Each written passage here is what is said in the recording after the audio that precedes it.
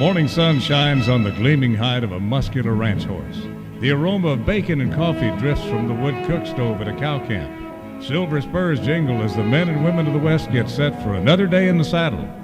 From the heart of Canada's finest ranching country, this is the Spirit of the West with rancher and horse trainer Hugh McLennan and his collection of music, poetry, and conversations with the folks who live and work with horses and cattle in the Spirit of the West. An old California cowboy I've known for quite a few years has written some wonderful stories and poems, many of which have become significant cowboy songs for a lot of today's top Western singers.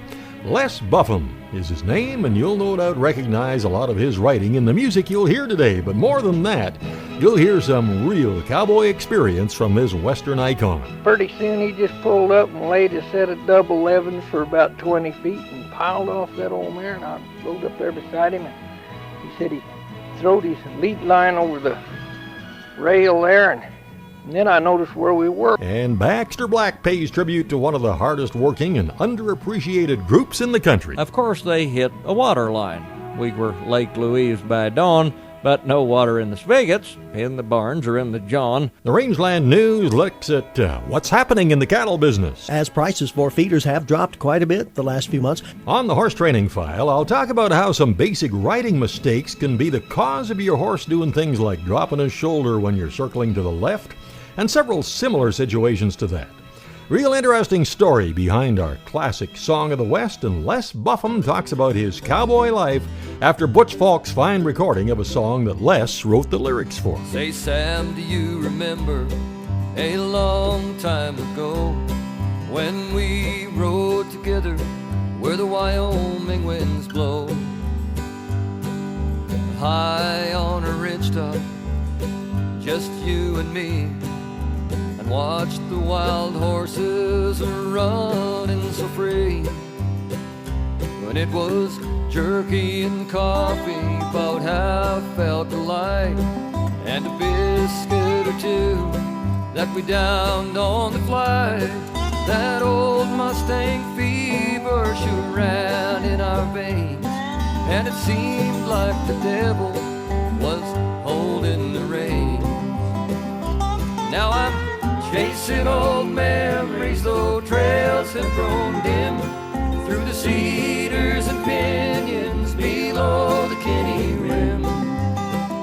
When it was just you and me and them Mustangs there in the blue shadows below the old Kinney Rim.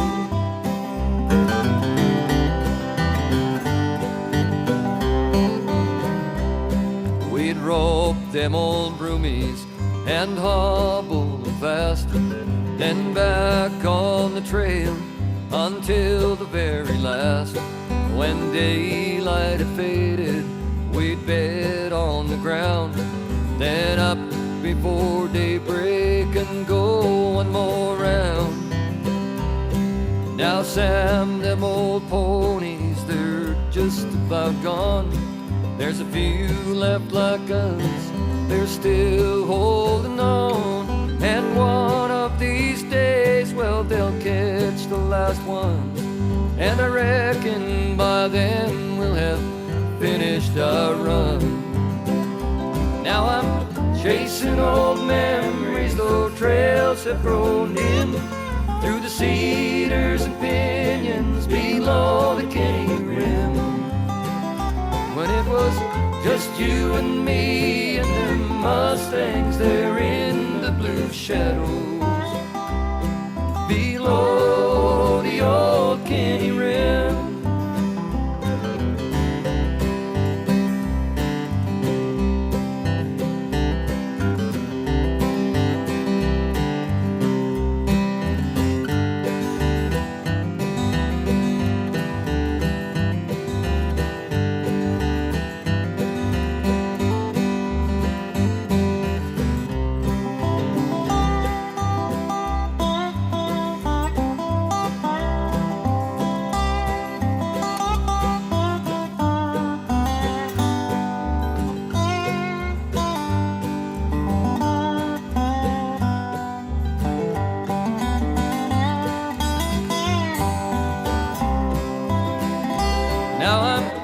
chasing old memories, though trails have grown dim through the cedars and pinyons below the Kinney Rim.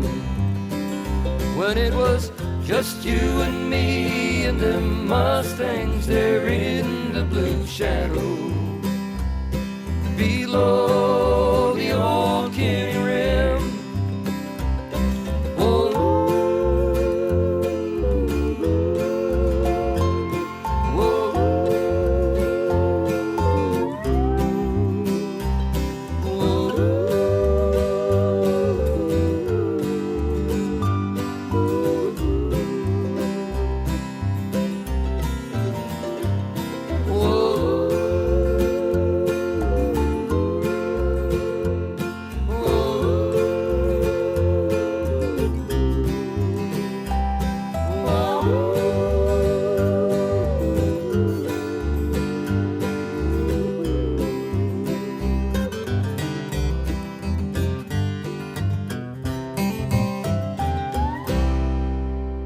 Butch Falk sang it, Michael Fleming wrote the music, and Les Buffum wrote the words. And where did it all start for Les? I grew up on a little shirt-tail cow outfit way off in the northwest corner of Colorado.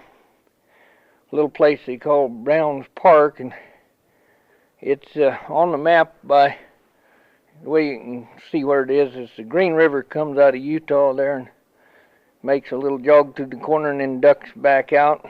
Real famous outlaw country. That's where Butch Cassidy and a lot of them boys kind of held out. You know, they could jump the line and get away down there pretty easy. And my dad, when he left, they said that was the last of the outlaws. You know, when he left. Yeah. Your dad? My dad, yeah. And we sold that ranch in 1960. About that time, I had great aspirations, like many young men do. I was going to become the world's greatest auctioneer, I thought. So I went off to auction school up in Billings, Montana, and come back and hung out my shingle and give her heck there for a while. I stuck with it pretty good, I think about 90 days. And then I began to see the handwriting on the wall, you know, that these old-timers had spent a lifetime acquiring what they had, weren't about to let no wet behind the ears kid try to sell it for them. And then I decided the way to get rich quick would be to trade horses. I had a brother-in-law that was a horse trader, and he offered me a apprenticeship, for which I paid quite dearly. And I did that for a while until Uncle Sam got me, and then after my little stint there, I went out in California with an old Army buddy, and kind of liked that sunshine out there. Wasn't too crazy about all them people, but I met a beautiful lady out there, you know, and fell head over heels in love. And right after that began a family, and the first year we was married, we moved 12 times in 1 year. We both had a little gypsy blood in us, you know. But that didn't take much, because about all we had was we had a pickup and a horse trailer, 2 horses, and a dog and a cat, and we could throw everything else we owned in the back of that old pickup, so we could move pretty quick. Had a lot of different jobs, jumped around, you know, feedlot in California. And were you a pen rider? Yep, yeah, rode pens for Sinton and Brown Cattle Company in Santa Maria, California for quite a spell. Now, Les has a great true story of an event that happened in that feedlot, and there's another song that features his words when the Spirit of the West continues right after this. Welcome back to the Spirit of the West. Les Buffum spent some time during his cowboy career as a feedlot pen rider. I always think of that Herb Minery cartoon that I saw in Western Horseman about a pen rider trying to get back on his horse, and he's got about 30 pounds of mud on his boot after he got off, and it's not going to go back in the stirrup. Hey, I can relate to that. I think there's a limited amount of romance there, perhaps, if you never did any other kind of cowboy, and it might be kind of romantic, but to me it was the most boring thing I think I ever did in my life. And up there the weather was, oh geez, that fog bank, it'd be hot in the morning. that fog bank come in the afternoon, you had to put all the clothes on you had, and then when it started raining, why, the mud got belly deep to your horse, and moss growing under the skirts of your saddle. You had to wear full rain gear, looked like some fireman, getting ready to do battle. And about the only thing we ever got to use a rope for there was to drag one out from under the fence. Yeah, it was quite an experience. Had something kind of funny happen there. There wasn't much excitement in that darn feedlot, and if you saw somebody going by down the alley that was in a good hard trot, you figured something was going on somewhere, so it might be something exciting happening. It might be something out, and you have to rope it or whatever. So you hope, huh? Yeah, we always kind of fell in and tagged along. And this old Pat, he was an Irishman. I can't remember just what his last name was, O'Donnell or something like that. Anyway, he had an old yellow mare. Boy, she's a good one. And old Pat, he's always rode with his reins hanging on the ground, and he's just about a jump behind every time he went to turn something. And this is a good mare, boy. She'd try, but old Pat, he's just a little bit late all the time. He didn't do her justice when he rode her. But anyways, old Jim Wagner, he was down there riding some pins, and he looked up, and here went old Pat by. He was a high lope.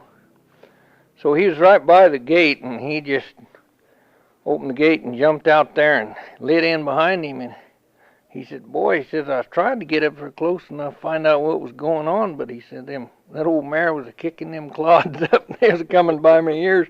My horse was ducking and dodging them.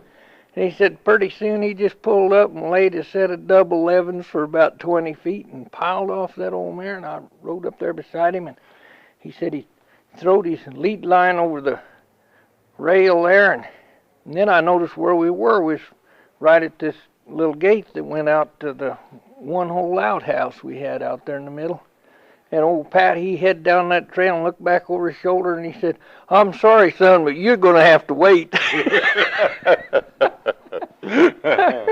That's about the most exciting thing that happened in that feedlot. Yeah, that I can remember anyway. Well, Les found a very innovative way to get a reluctant bull back to the home ranch, and you'll hear what he did after Gene Prescott with another song that Les wrote the words for, Queen of Diamonds. There was a certain lady who lived some time ago and earned a reputation in the state of Idaho. She raised a band of horses and the diamond was her brand. At the foot of a Wahi mountain, a mighty rugged piece of land. She only hired top cowboys to ride and tend the land, and she rode there among them and ruled with an iron hand.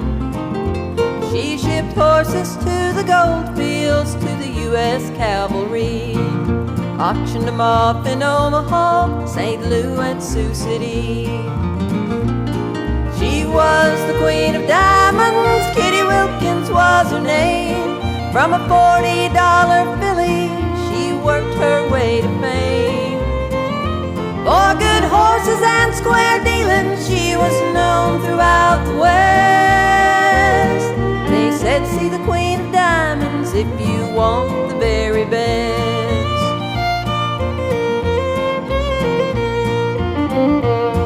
She proudly oversaw the lot, was nothing left to chance.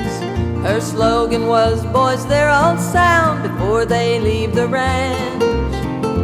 And they saw she was a beauty, and she raised quite a stir when all those eastern newsmen would catch a glimpse of her. Now Kitty never did marry, though one man her heart had stole, but she lost him in a shooting over some old water hole. Now Idaho remembers her, for she earned her place of fame. She was the queen of diamonds, Kitty Wilkins was her name. She was the queen of diamonds, Kitty Wilkins was her name. From a $40 filly, she worked her way to fame. For good horses and square dealing, she was was known throughout the West. They said, see the Queen of Diamonds if you want the very best. She was the Queen of Diamonds, Kitty Wilkins was her name. From a $40 filly, she worked her way to fame. For good horses and square dealing, she was known throughout the West.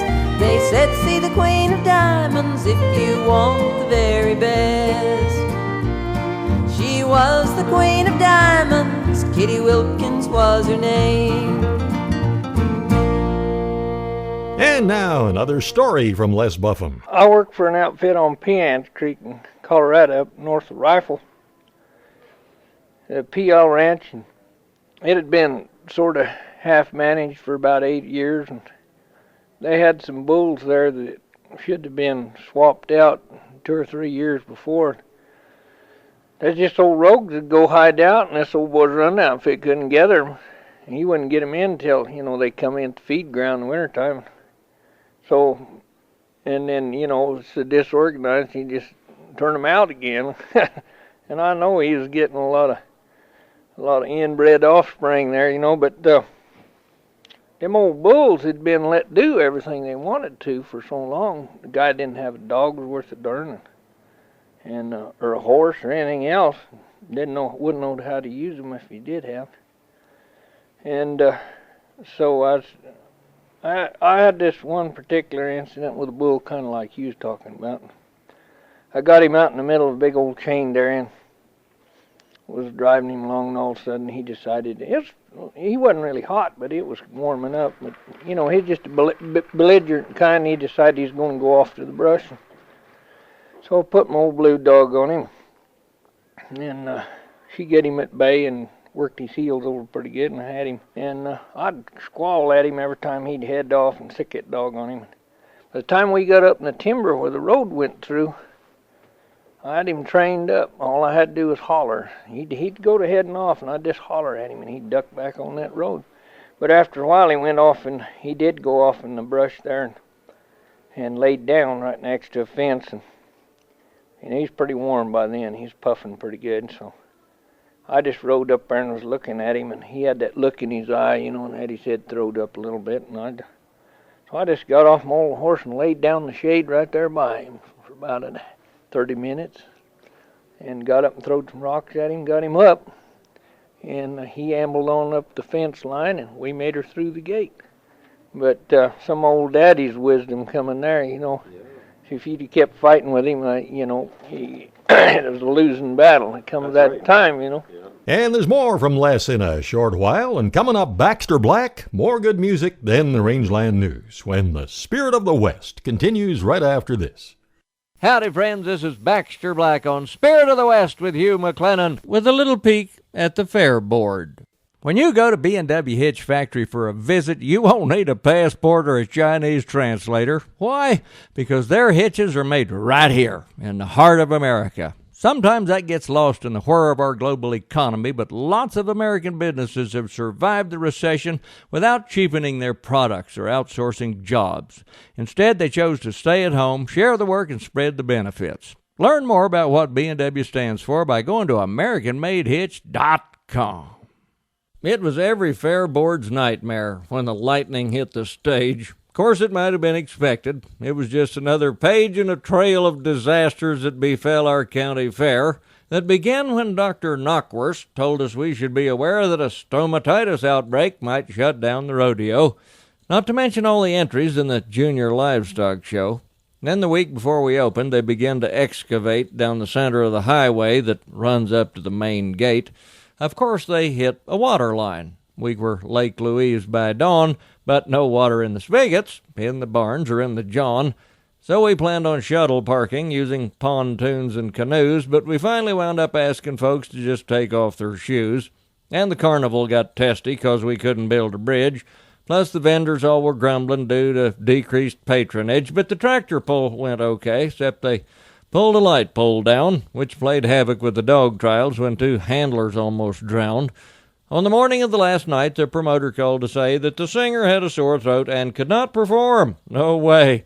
But by noon, it didn't matter, 'cause the clouds come rolling in and the crowd all left in lifeboats, so by 5 we pulled the pin. We retreated to the office down beneath the grandstand seats, where the fair board did its business and hashed out the balance sheets, 'cause tonight we were survivors, like a pile of used retreads, only glad that it was over. All we did was shake our heads and ask ourselves why anyone would take this thankless chore when a kid, in tow with Mother, stuck his head in through the door. He had lost his yellow ribbon, she explained, both dripping pools, and wondered if by some small chance, if it weren't against the rules, could we... "Of course we could," I shouted. "We're the fair board. That's our thing." So we picked him out a dry one. It was like we crowned him king, and he tried to say his thank yous, but his tears got in the way. Time stood still as he departed.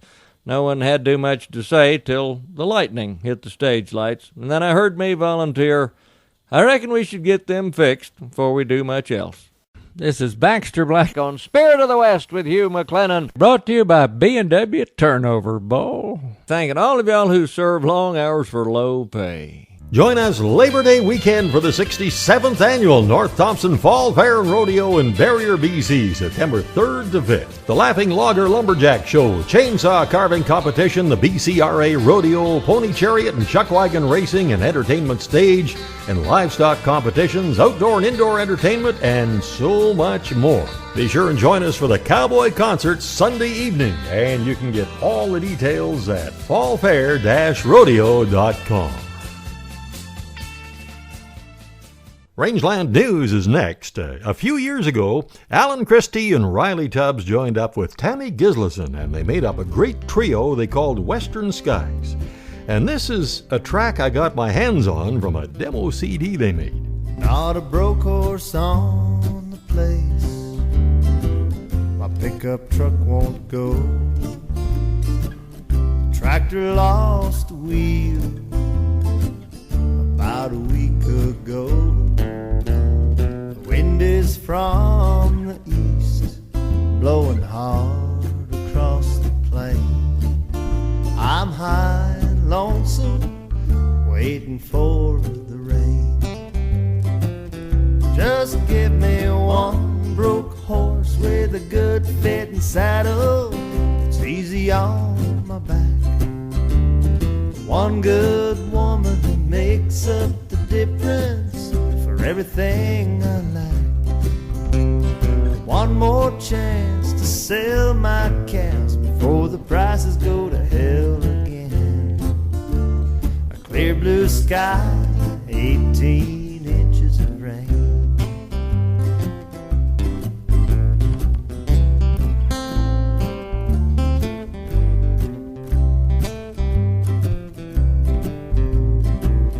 Coffee's kinda bitter, is it the water or the pot?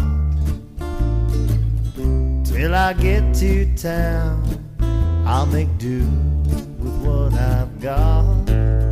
Copenhagen is running low, I should quit it anyway.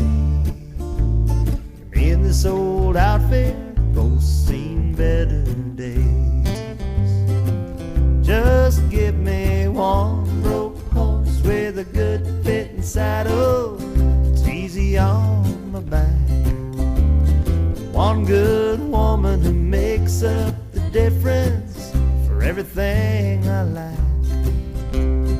One more chance to sell my cows before the prices go to hell again. Clear blue sky, 18 inches of rain. Just give me a clear blue sky, 18 inches of rain. All I need is a clear blue sky, 18 inches of rain.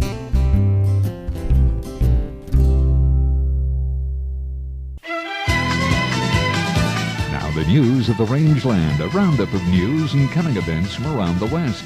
Well, at the top of page 1, this week's headline says the engine driving this year's cattle herd expansion in North America may be slowing down a bit, and Gary Crawford has the story. Friday's USDA report on cattle feedlot inventories has some numbers that may be sending a message that, yes, there is still an expansionary pull. It may not be as strong as it would have been earlier. Agriculture Department livestock analyst Shale Shagam, the report showing feedlots as we started July with almost 3.5 million head of heifers and heifer calves, up 5% from a year ago, and the percentage of heifers compared to the entire inventory also up a little bit. Shagam told us some of those heifers which may have been kept for addition to the breeding herd during this point in time, if you go back and you think about normal cycle, you would be breeding towards the end of May, early June for a spring calving.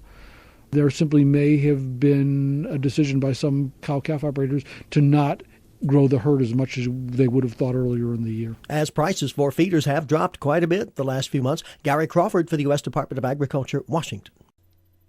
The number of Canadian bison exported to the U.S. has increased over the last 2 years, and that upward trend is expected to continue through this year, according to the Canadian Bison Association.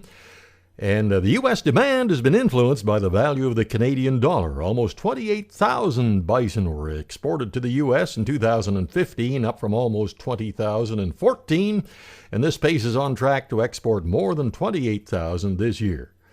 And the strong demand has also bumped up prices. Benchmark Grade A bison bulls are at about $6 a pound Canadian for hot hanging weight, and that compares to about $5 a pound a year ago. The Canadian herd is about 140 to 150,000 animals this year, and there are 800 to 900 producers in Western Canada.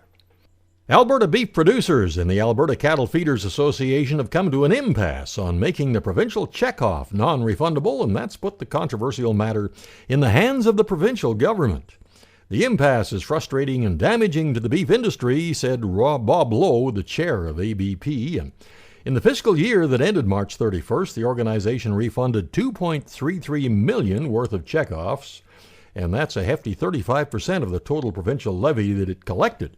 Producers who identified themselves as cattle feeders took 88% of the funds, refunds just over $2 million, while the remaining 12% was taken by cow-calf producers. The checkoff has been refundable since 2009, and with falling revenues, ABP has lobbied the government, without success, to make it non-refundable. A good friend, the fine cowboy singer Tom Cole, tells us there's a big concert September 24th at the North Peace Cultural Center in Fort St. John called Live from the Living Room, featuring Tom Cole and friends, and special guests Sheldon Ball, Megan McKenzie, and world-class guitar picker Jim McLennan, probably showing off his brand new Riversong guitar. And tickets at the North Peace Cultural Center. And this wandering cowboy and guitar will be at the North Thompson Fall Fair and Rodeo Labor Day weekend, along with some fine Western entertainers at the Cowboy Concert that Sunday evening in Barrier. And a lot of details at fallfair-rodeo.com. Labor Day weekend. You know, there's always a copy of Alberta Beef Magazine and Beef Illustrated sitting on our kitchen table. Boy, Bonnie, Garth, and Lee put in some great articles, and it keeps us informed and educated and makes us feel good to be in the cattle business. To subscribe, just call 403-250-1090. And there's always lots happening at the Innisfail auction market. Regular cattle sales every Wednesday, horse sales twice a month, and as we look forward to the fall run, finding a way to market them, well, you might want to check for the folks there. Find out more at InnisfailAuctionMarket.com. That takes us down to the final item, and you know, over the years, our many years together, my wife Billy has assembled an interesting collection of kitchen utensils. And for a long time, there was one, and we just couldn't figure out what it was. It looked like a cross between maybe a metal-slotted spoon and a spatula. And we've used it as both. And when we're not using it, it just hangs up in plain view on a hook on the kitchen wall. And at a yard sale the other day, we found a box with an exact picture of this thing on the outside. And guess what it is? A pooper scooper. And that's the Rangeland News. Coming up on the Horse Training File, I'll talk about some pretty common riding mistakes that can put your horse off balance and cause him to do things like drop his shoulder, put his weight on the wrong foot, and in general not be able to maneuver at his best. And there's more from Les Buffum when the Spirit of the West continues right after this. Welcome back to the Spirit of the West. You know, balance is really important when you're asking your horse to do any number of maneuvers, and that's what I'll be discussing on this week's Horse Training File coming right up. First, though, hey, have you ever wanted to see the spectacular Vancouver Harbor from the deck of a cruise ship, or better yet, from your own private stateroom balcony? Or how about the famous Inside Passage, the Alaskan ports of Ketchikan, Juneau, Skagway, spectacular Glacier Bay, Denali National Park, or North America's highest peak, Mount McKinley, from the McKinley Railroad? And Anchorage, well, that's all on the agenda for our next Spirit of the West cruise next June the 18th to the 28th. And our allotment of staterooms is really filling fast. You couldn't find a better bunch of folks to travel with. Get all the information on the cruise page at hugh-mclennan.com, or just call Jim, Karen, or Megan at 1-800-530-0131. Now the horse training file. Keeping your balance. Us humans, from the time we learn to stand up and walk, use our arms for balance to keep from falling over. Horses, on the other hand, can't use their arms for balance. They do, however, use their head and neck. And where we run into problems is when we're on his back and our weight distribution or rein aids alter the horse's head position, balance, and body position. And one of the most common out-of-position things we see is a horse dropping his inside shoulder when loping in a circle. That's usually because the rider's weight is over the inside of the horse's backbone, and you see a lot of riders leaning into the turn. If the rider at the same time has a tight hold on the reins, the horse has got to raise his head and brace against the pressure, instead of lowering his head, tipping his nose to the inside, and moving his feet in the direction of travel the way he does in the pasture when nobody's on his back. We've seen horses running free in a big pasture making some amazing athletic moves without a rider on their backs, and if we can learn to help the horse keep his natural balanced positions when we're riding him, he'll be more confident, more comfortable, and safer to ride.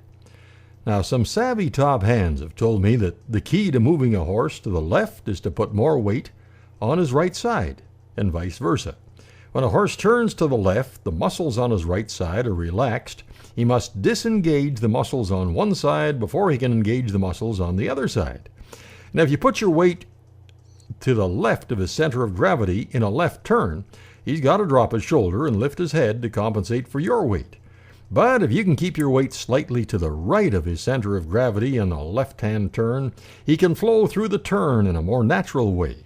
Downhill skiing is somewhat the same. To execute a turn to the left, I know I've got to put more weight on the inside edge of my right ski. If you ride in a circle to the left, but put more weight on your left inside stirrup, you're pushing him in the direction he's already pulling himself, and he has to contract the muscles on his right side to pull himself and the rider through the turn. We're working our horses pretty hard these days, and I'm sure glad they get that daily feeding of Hoffman's horse ration. Keeps them looking good, feeling good, without the side effects of some hyperness that you get from grain sometimes. Find out more at hoffmanshorseration.com. And that's the Horse Training File. Join us Labor Day weekend for the 67th Annual North Thompson Fall Fair and Rodeo in Barrier, BC, September 3rd to 5th. The Laughing Logger Lumberjack Show, Chainsaw Carving Competition, the BCRA Rodeo, Pony Chariot and Chuck Wagon Racing and Entertainment Stage, and livestock competitions, outdoor and indoor entertainment, and so much more. Be sure and join us for the Cowboy Concert Sunday evening, and you can get all the details at fallfair-rodeo.com. Now, just before Les Buffum shares one of his more famous stories, here's another song he wrote the words to from the Riders of the Purple Sage, and it's called Flower of the South. We were trailing north through Kansas, crossed the Brazos and the Red, when one evening after supper, as I was rolling out my bed, a cowboy there among us took his guitar across his knee, and in a voice quite solemn, he sang this song to me.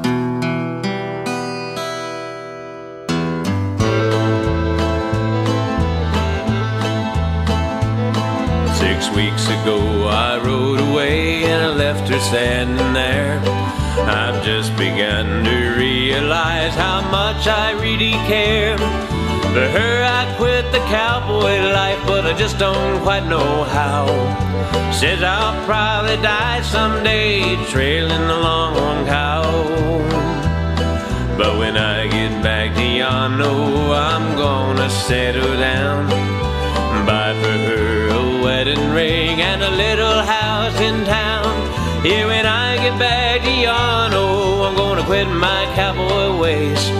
I'll marry my sweet Julianne, and then right there I'll stay. She's a flower of South Texas, she's a rose that blooms in spring. She's a happy melody that the pretty blackbird sings. And I know she's dreaming daydreams of a baby and a home, wondering why a cowboy always has to roam.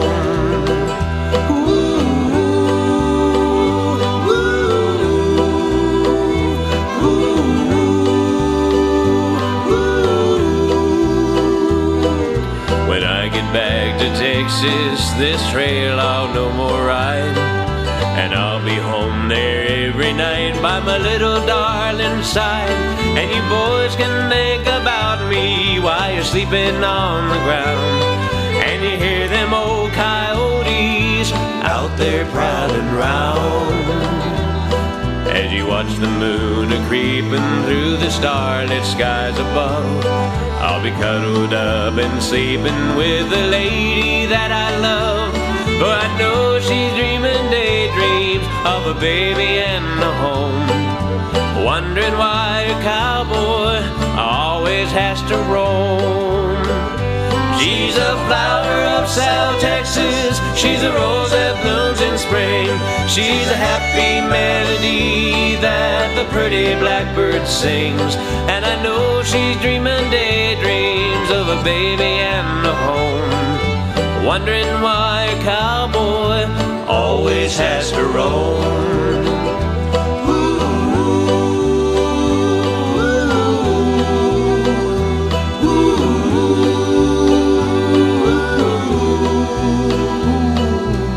Another song that Les Buffum has written the words for. And anyone who spent a lot of time doing a cowboy's job, and especially with a lot of cattle and working with just your horse, has really got to learn patience and understand the nature of the cow. And here's Les with more on that subject. So many people think a cow is like a four-wheeler. You got to drive her everywhere she goes, you know.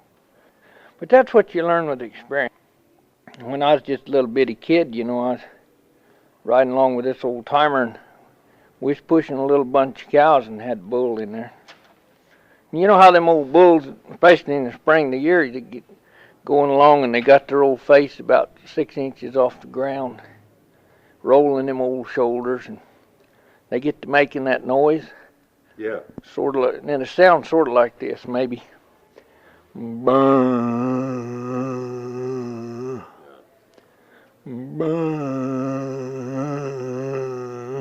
And then they'll stop, throw that old head up, and they'll go.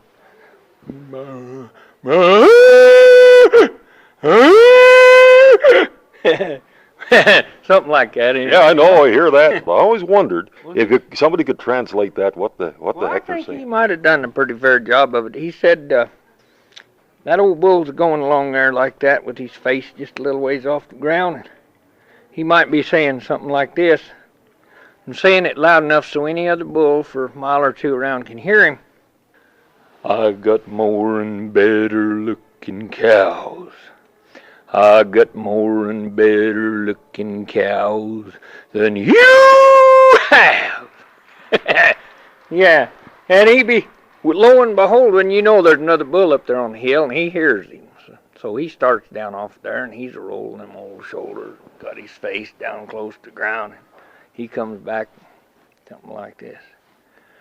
Well, I just know that ain't so. Well, I just know that ain't so, so you must be a darn liar! Liar! Well, the one down the bottom, he comes back at him, and he says, just come down here if you want to make something of it. Just come down here if you want to make something of it.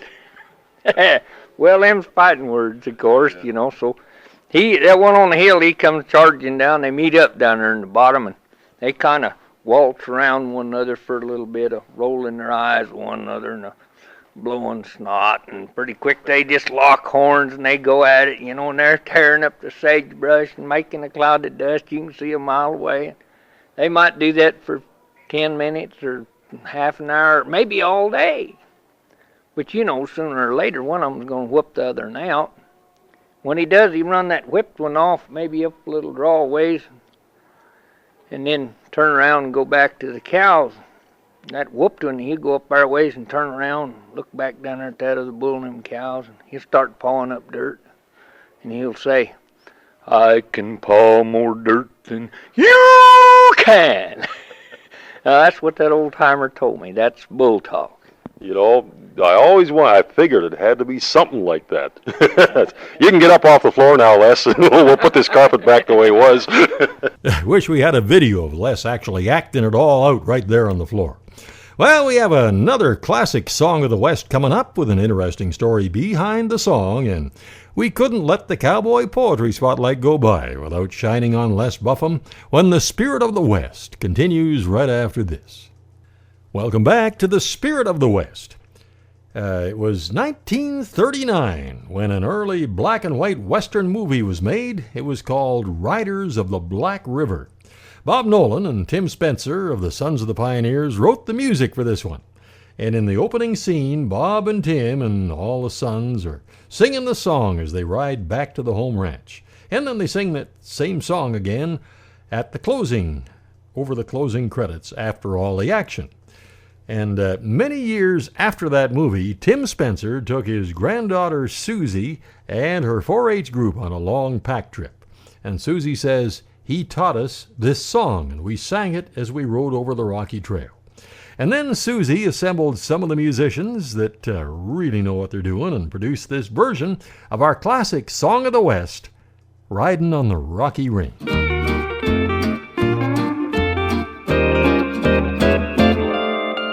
Riding on the Rocky Range, free as the wind that's blowing. Nowhere to go, but always going. Riding on the Rocky Range, singing as I ramble on. Songs of a carefree wanderer, blazing a trail that leads out yonder. Riding on the Rocky Range, with the saddle for my head, I bet on the ground and wait the coming day. Then along comes the dawn, stretching yon, then I go on my way. I just go riding on the Rocky Range, free as the wind that's blowing. Nowhere to go, but always going. Riding on the Rocky Range, my heart is always light, and the world's alright on the sunny side of the West. Never have a care or sigh, troubles always pass me by. The skies are always blue, the air is fresh and new on the sunny side of the West, where life is fancy free. Let me live and let me be. Always just riding on the Rocky Range, free as the wind that's blowing. Nowhere to go, but always going. Riding on the Rocky Range.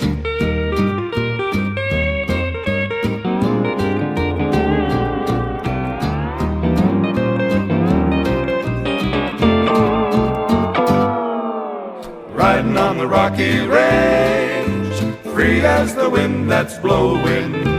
Nowhere to go, but always going. Riding on the Rocky Range, singing as I ramble on. Songs of a carefree wanderer, blazing a trail that leads out yonder. Riding on the Rocky Range, with the saddle for my head, I bet on the ground and wait the coming day. Then along comes the dawn, stretching yon, then I go on my way. I just go riding on the Rocky Range, free as the wind that's blowing. Nowhere to go, but always going. Riding on the Rocky Range, riding on the Rocky Range, riding on the Rocky Range. And now we're down to the Cowboy Poetry Spotlight, and this week it's shining on Les Buffum, who actually put this together with the great Dave Stamey, and it's called simply We Rode Away.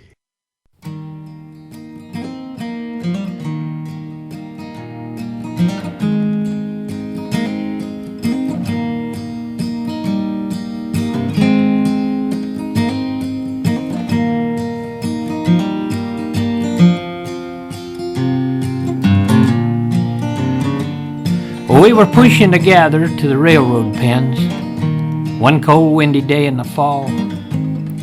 An old man rode with us who'd seen many winters, but he still set a horse straight and tall.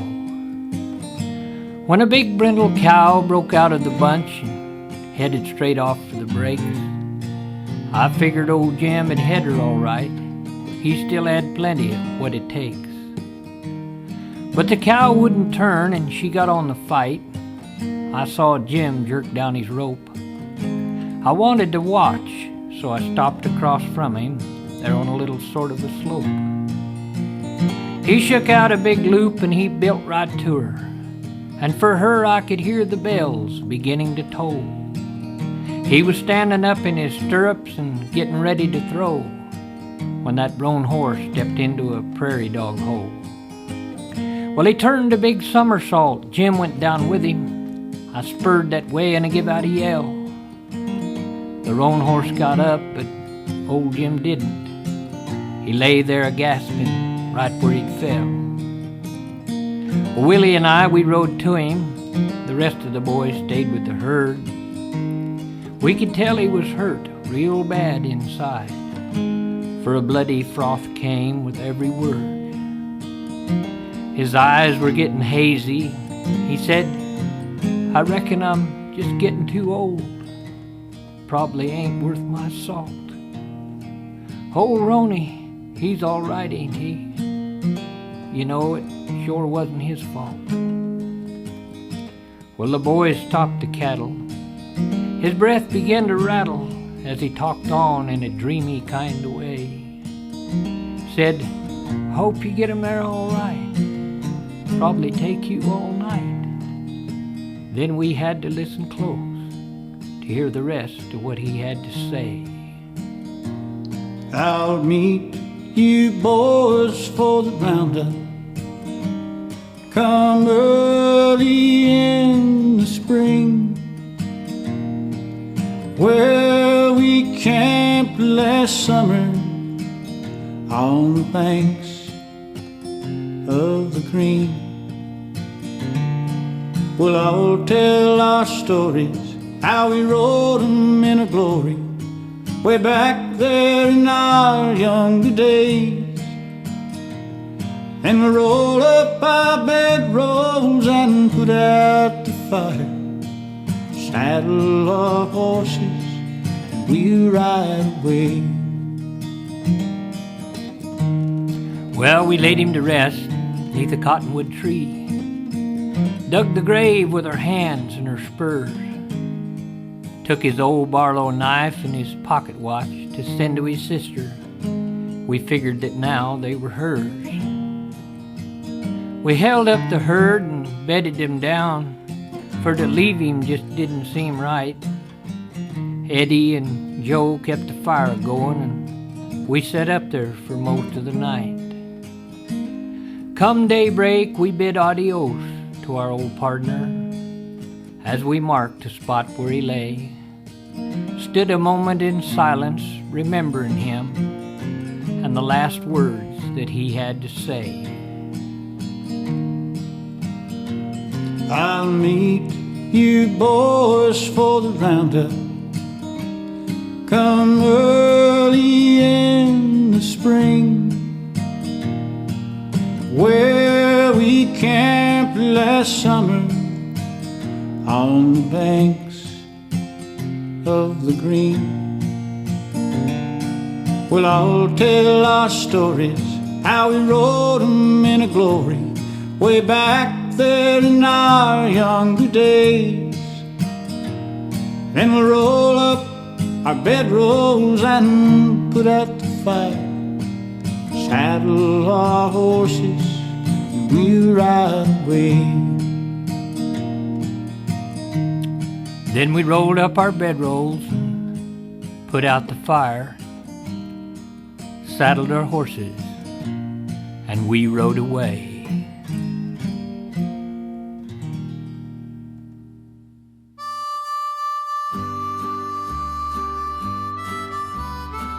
Well, thank you so much for making the ride this week, and I sure hope you can saddle up and join us right here next week at the same time. And of course, many thanks to our support crew. That would be Mark and Kathy McMillan. Now, besides being the go-to folks for the Kamloops Cowboy Festival, they own and operate Meadow Springs Guest Ranch. That's a beautiful working ranch in the heart of the Caribou Country. There are some terrific photos on their website, and they are set up for folks who want to bring their own horses and ride those beautiful trails. Find out all about them at meadowsprings.com. And the latest issue of Canadian Cowboy Country Magazine is now out. It's a real page-turner. Look for it at your favorite newsstand, or to subscribe, call 1-800-943-7336, or just go to cowboycountrymagazine.com. Till next week, I'm Hugh McLennan. Hope to see you down the trail somewhere real soon.